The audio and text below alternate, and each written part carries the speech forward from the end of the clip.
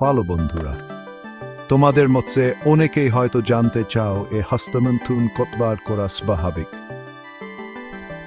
এটা খুবই স্বাভাবিক, স্বাস্থ্যকর আর একদমই কোনো সমস্যা নেই।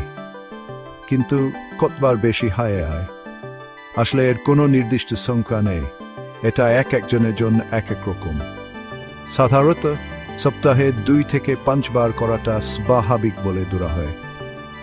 কেউ কেউ প্রতিদিনও করতে পারে। যদি তাতে কোনো সমস্যা না হয় তাহলে ঠিক আছে। তাহলে বেশি হয়ে গেলে কি কি লক্ষণ দেখা যায়? তুমি শারীরিকভাবে দুর্বল বা ক্লান্ত বোধ করতে পারো, মনোযোগ দিতে সমস্যা হতে পারে, এমনকি অপরাধ বোধও হতে পারে। এটা তোমার জিমের ওয়ার্কআউটেও প্রভাব ফেলতে পারে, কারণ এতে তোমার শক্তি কমে যেতে পারে। কিভাবে বুঝবে এ বেশি হয়ে আসছে? যদি এটা তোমার দৈনন্দিন জীবন বা স্বাস্থ্যের উপর প্রভাব ফেলে, অথবা ছোটখাটো কাজ করতেও যদি তোমার শক্তি কম লাগে, তাহলে বুঝতে হবে এ একটু কমিয়ে আনা দরকার।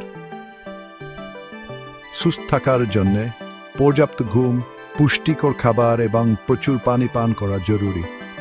খেলাধুলা, তুজান বা তোমার পছন্দের কোনো হবিতে নিজেকে ব্যস্ত রাখো। মনে রাখবে, এটা লজ্জা পাওয়ার বা চিন্তা করার মতো কোনো বিষয় নয়। এটা জীবনেরই একটা স্বাভাবিক অংশ। সবকিছুতেই ব্যালেন্স রাখা গুরুত্বপূর্ণ। হস্তমন্থন জিমের পারফরমেন্সে কিভাবে প্রভাব ফেলে সেই বিষয়ে আরও কিছু জানার আছে। আরও উত্তর এবং টিপস পেতে অ্যালি ট্রেডারে সাবস্ক্রাইব করো। সুস্থ থেকো।